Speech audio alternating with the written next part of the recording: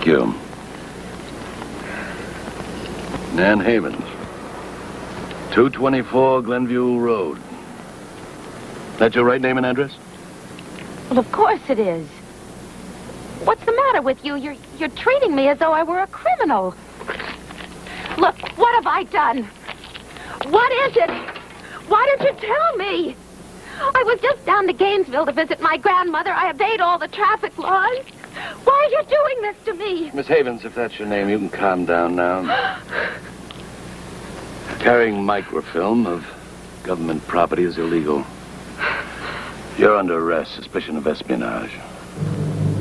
Byrne, you can take her in now.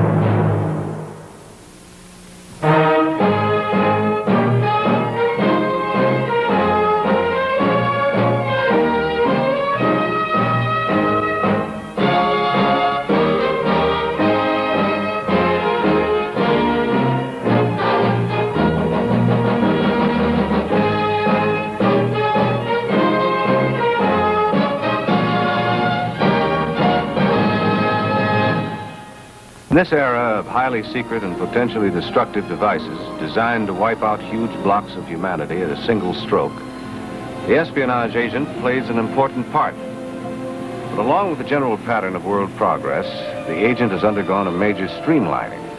The most innocent and ordinary-looking people are selected for this activity, and it's no longer possible to point the finger of suspicion at any man because he looks like a spy. But in the case of Nan Havens, she was not only innocent-looking, but I thought I detected a ring of truth in her voice, and I decided to have a chat with Lieutenant Weston. It's not just her appearance, John. It's her whole attitude. I just can't believe a girl like that would get herself involved in espionage. You know, Herb, you and I have worked on a lot of cases together, and I have the deepest respect for your opinions. But I don't think you know very much about women. Nan Havens is young and attractive. And she put on a pretty good act when she was caught with the goods. But now we have a blow-up of that microfilm, and I'd like to show you exactly what little Miss Innocence was carrying in her car. Well, I'd like to see it.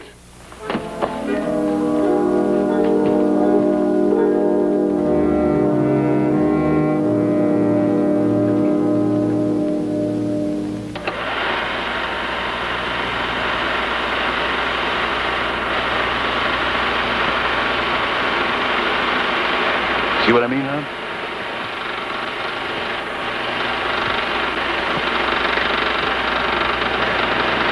Can you imagine all this came out of a little roll of microfilm?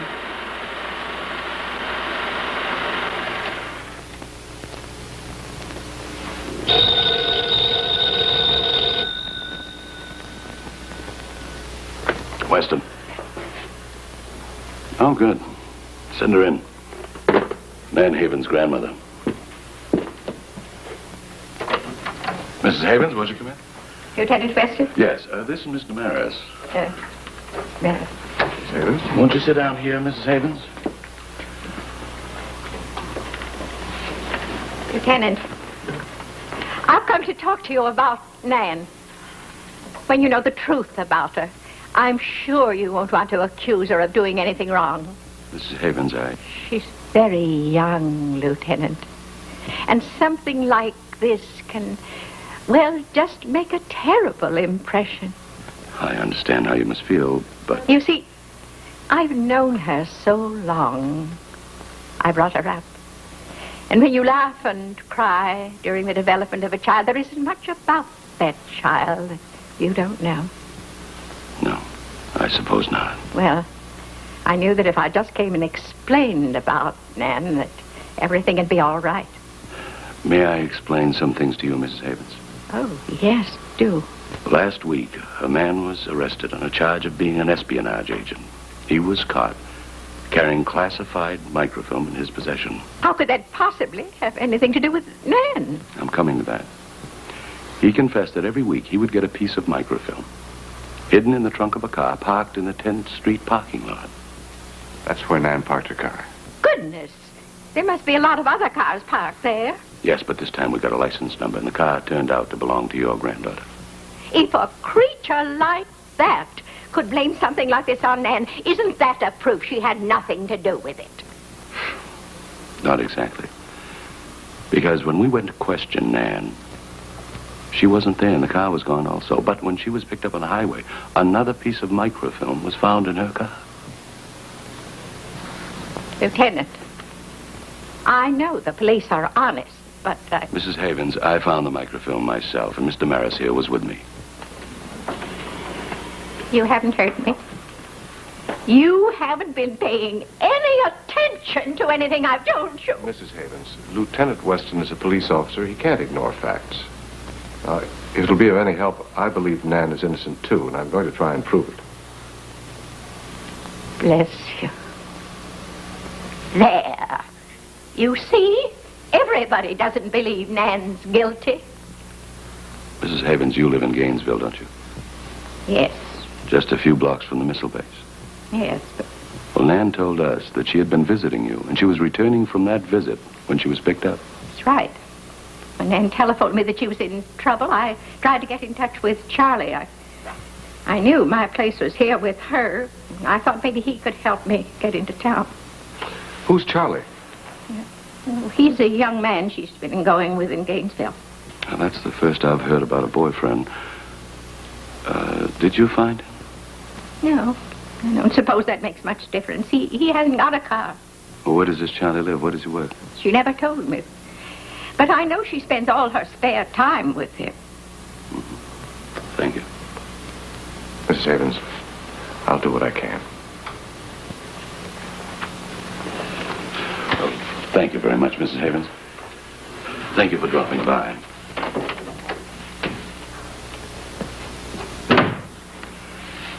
Well, Herb, I think we'd better have a little talk with Miss Nan Havens.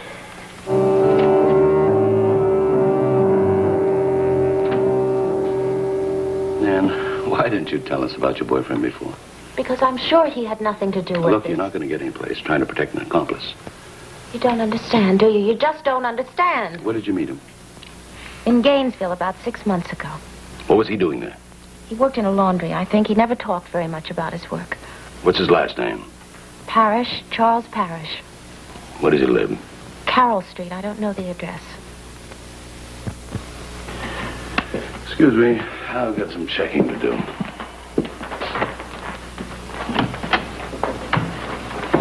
Nan, did you ever see Charlie actually working in a laundry? No, but the laundry's closed on Saturdays and Sundays, and those are the only 2 days I can get to Gainesville. Have you ever wondered why he never came to town to see you? Well, I always went there anyway, and besides, Charlie doesn't have a car. So when you went driving, you always used your car? Yes. Weren't there times when you went to some specific place and both of you got out of the car for a while? Well, yes. Couldn't someone else have put some microfilm into the car while this was going on? I don't know. I suppose so. Did you ever meet any of his friends? Only once, at a little roadside restaurant near Gainesville. A man and a woman who knew Charlie. They sat and had something to eat with us. You remember their names? I never remember anybody's name when I'm introduced like that. This could be very important. Well, the man's name could have been Carter or Carson, something like that. I don't think I ever did hear his first name. All through dinner, Charlie referred to him as Duke. What about the woman? I remember her first name. It was Laura. Do you know where we could find either of them? I don't know about Duke, but it seems to me Laura said she worked in a drive-in. In Gainesville? I don't think so. I think it was here. Which one? I don't know. Miss Havens, try and remember Duke's last name. And if anything comes to your mind, you can reach me at my office. All right. I'll be in touch with you later.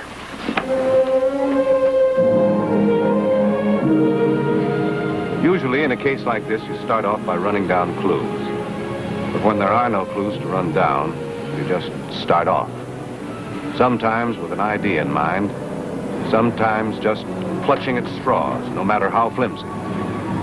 That's why I started canvassing 500 drive-ins looking for a girl named Laura. Is your name Laura? That's right. My name is Maris. I'm an attorney. I'm looking for a girl named Laura who has a boyfriend named Duke. What happens when you find this particular Laura? Well, I'll tell her when I find her. Or have I already found her? Like to see a menu? I'd rather have some information about Duke. You'll have more luck with the menu. Up to now, this interview has been very charming, but very unsatisfactory. Now, what are you hiding? A secret. Want to know what it is? Yes, I do. If I don't get back to work, I'll lose my job. Now, if you'll excuse me. Laura, wait a minute. I'm sorry, Mr. Maris. The interview's over.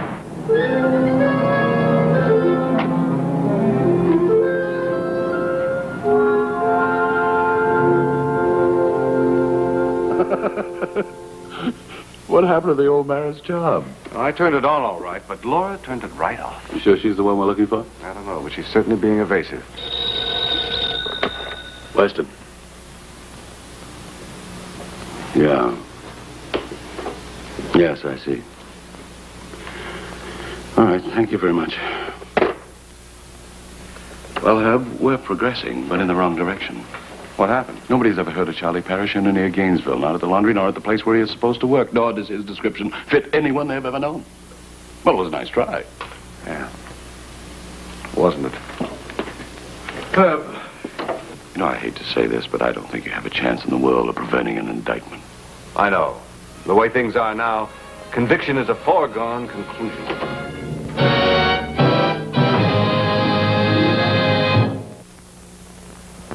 The disappearance of Charles Parrish left Mrs. Havens as the only person who could vouch for the truth of Nan's story. And all she really had to support her statements was faith. But hers was the kind of faith that moves mountains. And I felt sure it would help remove the obstacles from Nan's path. The most important thing now was to find Charles Parrish.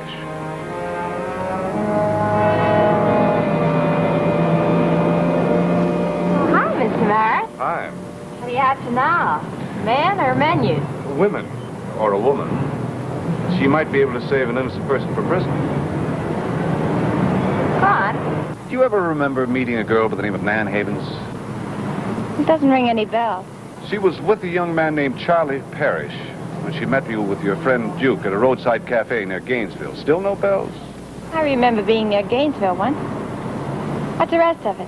We strongly suspect Charlie Parrish of subversive activities. Now, whether or not you admit being the girl that I'm looking for, I can always turn your name into the police for investigation.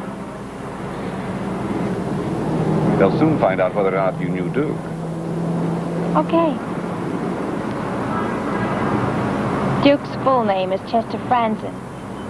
We went around together for quite a while. But I just couldn't figure him out. What do you mean? Well, he always had lots of money, but he never seemed to work. Here with all his money, he never owned a car. Well, that figures. Why do you say that? Whenever you went places with Duke, you'd use your own car. Yes, that's right. And every now and then, especially when you've been near Gainesville, Duke would suddenly have another appointment somewhere else. You'd have to drive home alone. Mister, where do you get your crystal ball? Have you seen Duke lately? Not for a couple of months. He just quit calling me. Do you know where to reach him? Yeah, I have his phone number. If he's still there. Call him up. Tell him in your own charming way that you'd like to see him again. It's a little matter of female pride. My office will pay you $100 a day for your services. 100? Like I said, there's no such thing as female pride. You got a dime?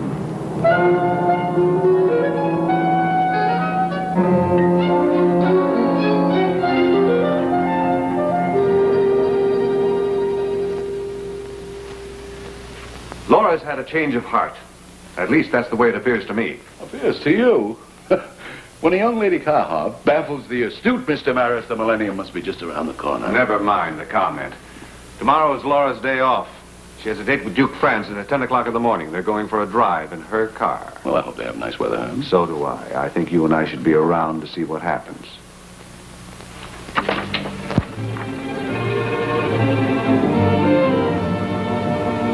Looks like Duke, all right.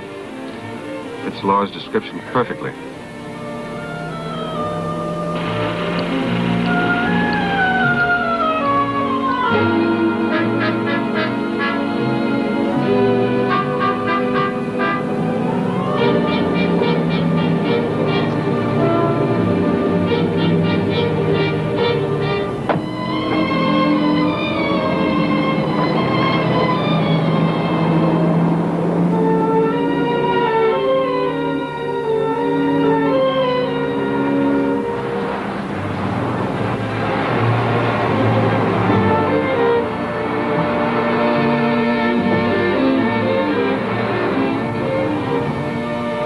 2 hours and 70 miles later, Duke and Laura stopped at a roadside restaurant a few miles north of Gainesville.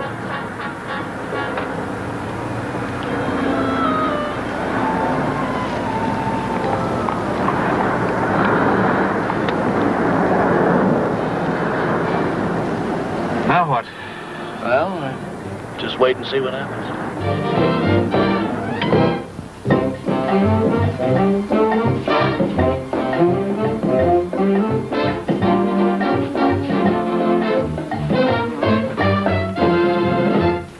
How much owe you?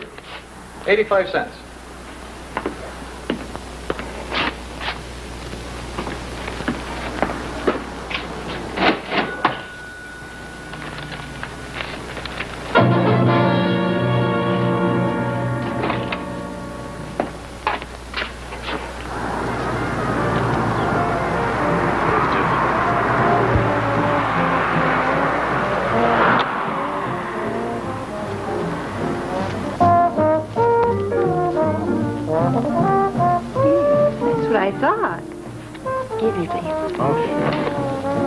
Well, you want to order first?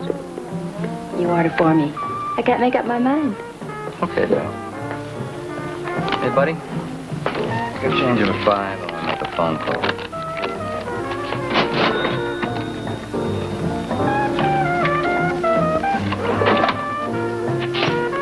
One, two, three, 4, 5. There you go. When the lady comes back, tell her I forgot the keys to the car. I'll be right back.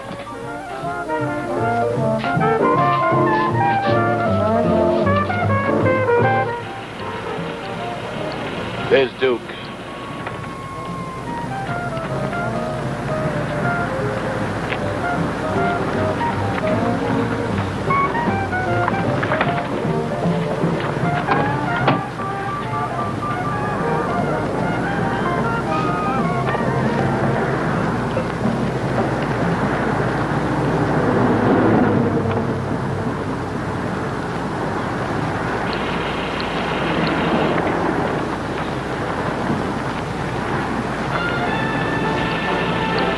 Couldn't see exactly what he was doing. He either put something in the car or took it out. I'm not sure. Herb, where are you going? That's what I'm going to find out. Wait a minute, Herb. Don't try and stop me. The evidence I need to free my client may be just across the road. Yeah? Yeah, I know how it is. Well, if that's the way it's got to be, I guess there's nothing I can do about it. But you're sure breaking up a swell day for me. Okay. Goodbye.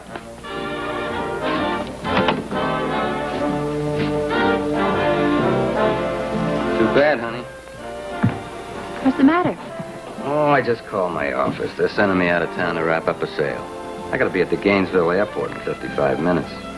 I sure hope you don't mind going back by yourself. I do. I mind very much. What good is that going to do me? Have we time to eat? Oh, sure. Airport's only 5 minutes from here. Enjoy yourself.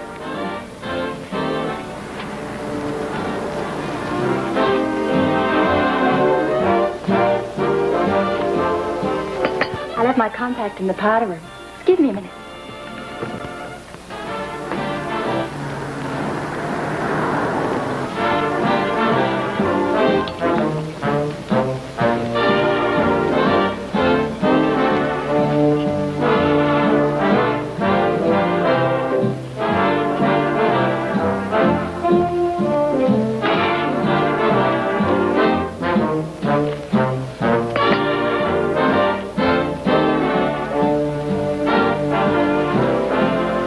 What do I owe you?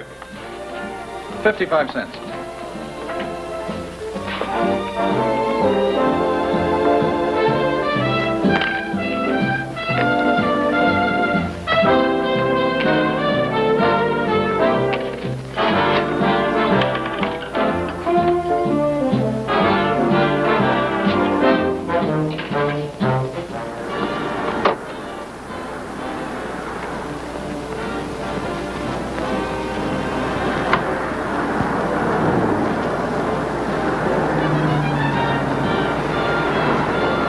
Duke and Laura are heading for the airport to drop him.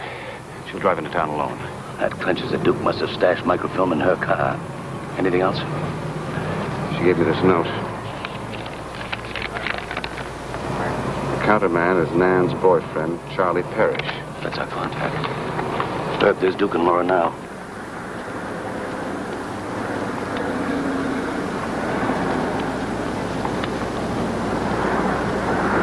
If we follow them, we may lose Parrish. That's right. We'll have to put a tail on Duke. Let Laura drive back, park in her usual place, so the stakeout can spot who the pickup man is. What about Parrish? We'll stay with him.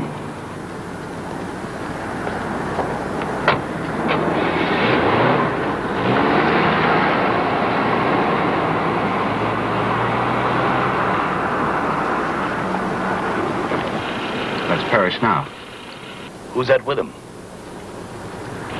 I don't know. He was sitting at the counter reading a paper.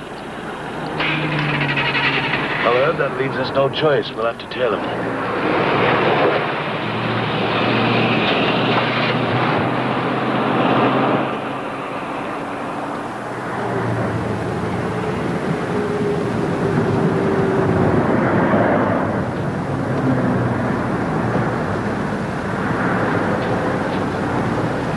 Honey, you've been terrific doing this for me. I'll call you tomorrow, okay? Sure, I know how it is. Thanks for the lunch. Bye. Bye. Thanks again.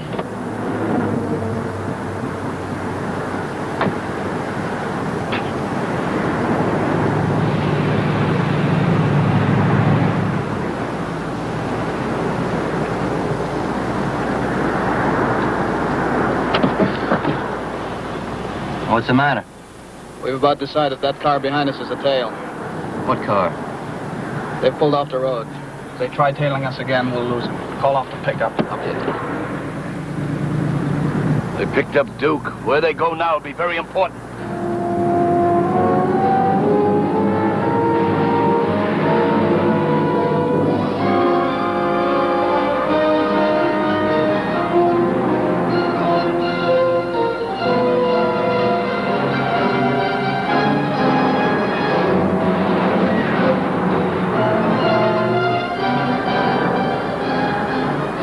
There it comes.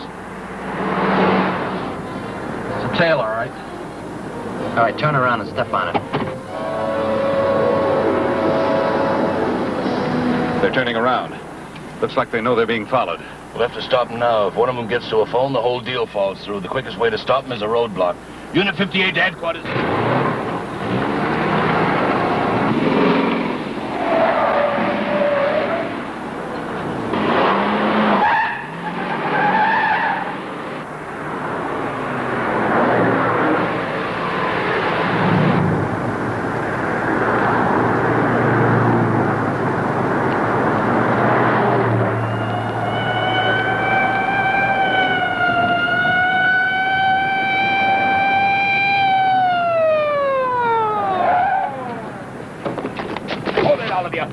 Back up against the car.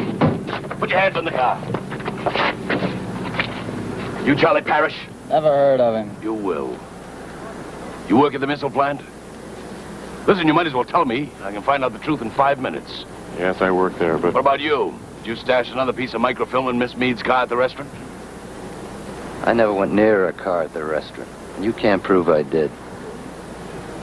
Well, I don't know. You like film so much, we have some motion pictures we'd like to show you. Yes, and the admission is free. Take them back downtown. Come on, get them in the car.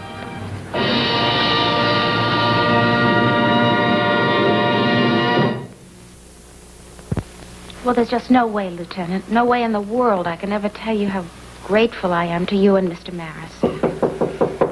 Oh, excuse me. Well, come on in. Oh, Grandma. Oh, John, here's a little gift. Mrs. Havens made it for you especially.